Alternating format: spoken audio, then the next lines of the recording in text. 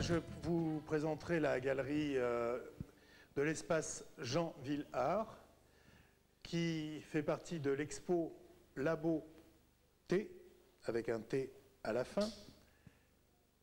Vous avez deux lieux, un au 37 et l'autre au 70 rue de la Bonneterie, en Avignon.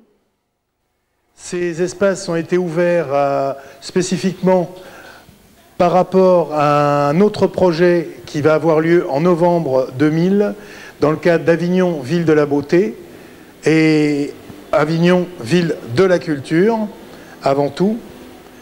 Et cet événement se passera à l'espace Saint-Bénézet pendant un mois, pendant le mois de novembre. Et fin novembre, nous aurons l'exposition qui sera transmutée sur l'espace Jeanne-Oran, où se tient à l'heure actuelle la beauté au naturel, pour clore l'exposition.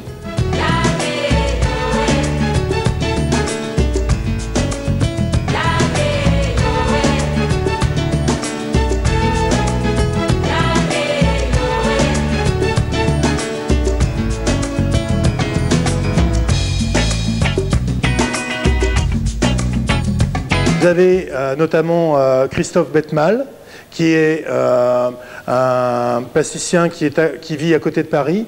Vous avez Béa Norman, qui fait de la sculpture sur des bronzes. Vous avez une plasticienne qui est de Pornic, qui s'appelle Udo, Anne Udo. Il y a une Québécoise qui nous vient tout droit de son pays et qui expose également ici, qui s'appelle Lisanne Potvin. Au Québec, la peinture existe de moins en moins, encore moins qu'ici. Ce qui est bien ici, c'est qu'il donne la place encore à la peinture d'exister, au moins. Puis de plusieurs choses, c'est pas juste l'art contemporain conceptuel, même si j'ai rien contre ça, qui prend juste la place. Ce qui est bien, c'est qu'il y a encore plus d'espoir ici que le Québec. Je voulais voir aussi comment ils s'y prenaient, comment ça marchait. Fait que c'est ça, en gros. Puis les toiles que je fais, c'est des toiles, plusieurs techniques, lithographie, collage, par rapport à des faits du Québec aussi, sur des faits, la perte des eaux, le problème des rivières, tout le kit là-dessus, avec des textes de gens que j'aime bien du Québec, des cinéastes, des écrivains. Fait qu'en gros, le travail, c'est pas mal ça, c'est sur des faits qui se sont passés sur la colonisation, tout le kit. Le travail, c'est ça, puis c'est tout, c'est pour ça que je suis ici, c'est bien. Un sculpteur qui n'est pas très loin, qui habite dans la région, qui s'appelle Bonaventure, Jean-Paul Bonaventure, une demoiselle qui est iranienne, qui s'appelle Ronche Evi, et qui expose et qui vit en ce moment sur Paris. Un graveur qui vit à Tavel, qui s'appelle De Lanzac, Hubert de Lanzac, un sculpteur qui vit à côté de l'île-sur-la-Sorgue, qui s'appelle Daniel Bonhomme. Sculpteur un peu sur toute matière maintenant. Tout a commencé par la pierre et après divers recyclages, que ce soit des fourchettes, que ce soit du matériel électronique, que ce soit du fer, de toutes sortes. Et la première passion, c'était donc la pierre, essayer de faire exprimer plusieurs idées, plusieurs visions, en partant d'un point qui puisse se transformer en personnage qui dort sur 3 coussins. Voilà la pyramide Mékès. Mékès qui est tirée directement de la pyramide de Khéops, dans ses proportions, voilà. Je me suis servi d'un ordinateur. Et voilà, le personnage symbolise l'humain qui commence à être un peu essoufflé par toutes ces machines qui vont de plus en plus vite, et pourquoi, quoi. Alors là, on va accéder au point d'énergie. J'ai symbolisé comme une tuyère, comme un moteur, quoi. À l'intérieur, il y a un cristal diamant, juste en plein centre de la pyramide.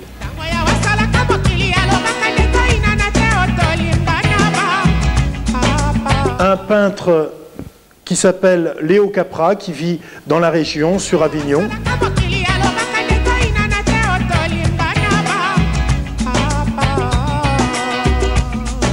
Un autre plasticien qui se nomme Chimel, qui fait de la peinture également, et qui tient l'autre lieu, qui est au 37 de la rue, au 70 pardon, de la rue Bonneterie.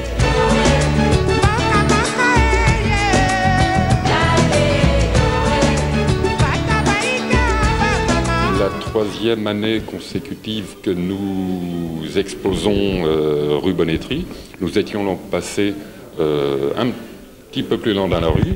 Cette année, devant notre succès, on a souhaité avoir 2 lieux en 2 endroits différents et 2 lieux également totalement différents. Donc le premier, un lieu un petit peu plus classique, et celui-ci, un lieu plus confiné, où les murs permettaient un patchwork d'artistes, contrairement à l'autre lieu qui, lui, on a préféré classer les artistes par œuvre.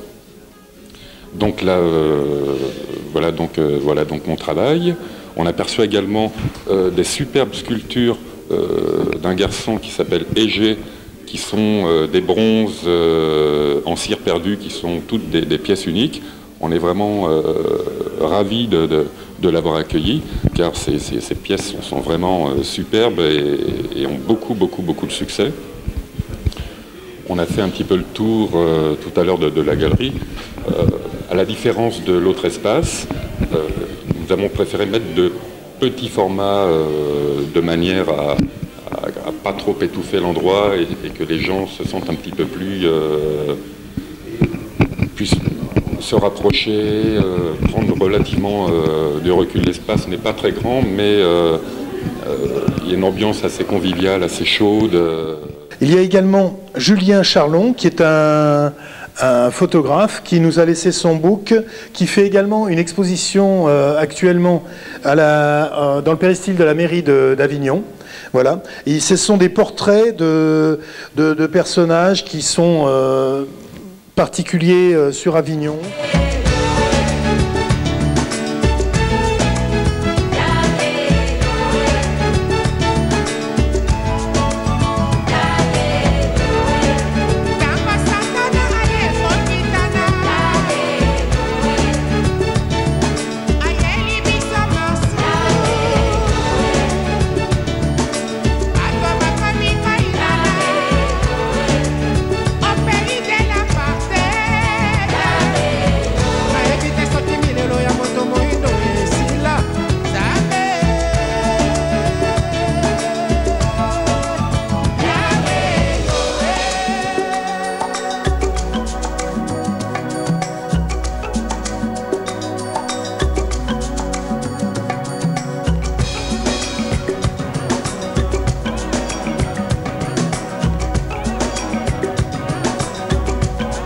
La galerie va être ouverte de juillet à fin septembre et éventuellement un peu plus tard, mais tout ça est une question aussi financière.